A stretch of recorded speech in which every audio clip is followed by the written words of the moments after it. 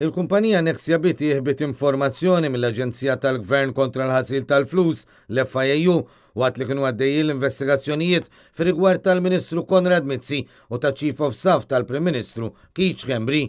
Dan kien żvelat mill-ġurnal The Times of Malta li kwota rapport li ġie leaked u li fih ingħad kif it-tmexxija ta' Nexia Biti qalet lill-investigaturi li kwalunkwe ordni u diskussjoni mal-klijenti saru biss b'mod verbali.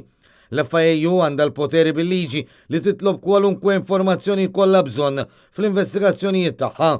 Fir-rigward ta' Konrad Mizzi u Keith Schembri, l-investigazzjonijiet bdew wara li l-ġurnalista Defni Caruana Galizia kienet żvelat il-ħolqien ta' kumpaniji segreti fil-Panama mill-Ministru u mill-Chief of Staff Kastilja. Iżda minkejja li l-Aġenzija talbet kopji tal-korrispondenzi kollha bejn Nexia Biti u Mossack Fonseca kif ukoll bejn Nexia Biti, Konrad Mizzi u Keith Schembri, il-kumpanija kienet wieġbet li dawn dejjem saru b'mod verbali.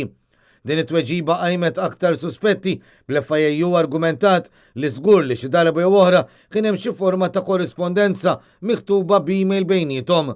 Aktar minn hekk is-sit ta' Nexia Biti Karċini kien ħeba email dwar kif Mizzi u Schembri kienu naqsu milli jagħtu informazzjoni immedjata lil banek lokali dwar il-kumpaniji offshore. Mis-sorsi direttament dwar dan il-ħabi, is-sieħeb ta' Karċini, Brian Tonna, ma rridx jikkummenta.